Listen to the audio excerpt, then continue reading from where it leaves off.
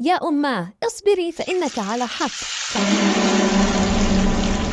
كانت الماشطة تمشط شعر ابنة فرعون فوقع المشط، فقالت بسم الله. فقالت لها الابنة هل لديك رب غير أبي؟ فقالت الماشطة إنه ربي ورب أبيك. فأخبرت أباها بذلك فأمر بإحضارها فقال لها من ربك؟ فقالت ربي وربك الله. فأمرها فرعون بالرجوع عن دينها وقام بتهديدها بالعذاب فرفضت. فأمر الجنود بملء قدر من النحاس بالزيت وجعله يغلي، وأمر بإحضار أطفالها واحضر أكبرهم وألقاه في الزيت وهو يستغيث فحرق جسمه في الزيت وطفت عظامه.